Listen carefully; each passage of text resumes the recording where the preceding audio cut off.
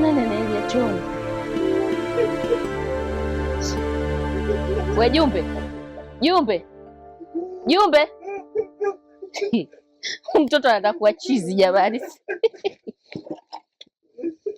Haki ya Mungu.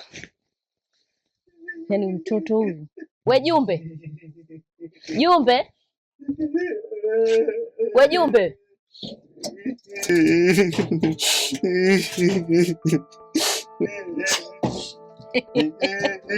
We mtoto atakuwa chizi. Unalilia chooni mdogo wangu, si uchulo huu.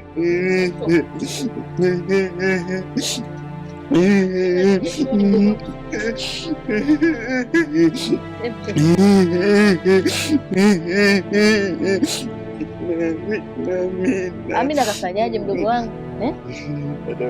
Amina napenda Amina. Amina kafanyaje? Sasa naolewa Amina, naolewa. Kosa ni la kwako mdogo wangu, hauna jinsi tena.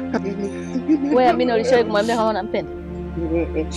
Sijawahi kumwambia, lakini anajua bwana, mimi najua, anajua bwana.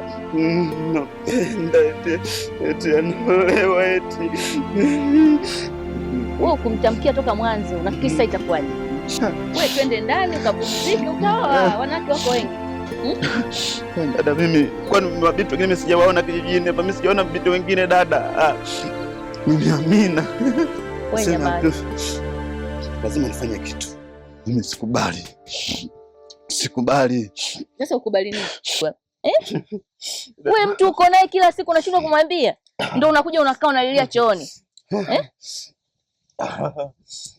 Jikaze sasa, utafanyaje mdogo wangu? Tushakula viapo vingi sana. Kutoka naye mbali sana. Mimi nimekataa wanawake wengi sana kwa sababu ya Amina. Unaona? Mimi nampenda sana Amina. Lazima nifanye kitu nakwambia. Mimi sikubali, yani Amina naolewa, mimi naangalia hivi hivi.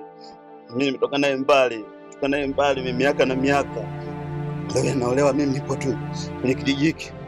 Niko na viapo vingi mimi. Mpaka tukatengeneza na midoli kwa sababu ya mapenzi yangu kwa Amina. Nampenda.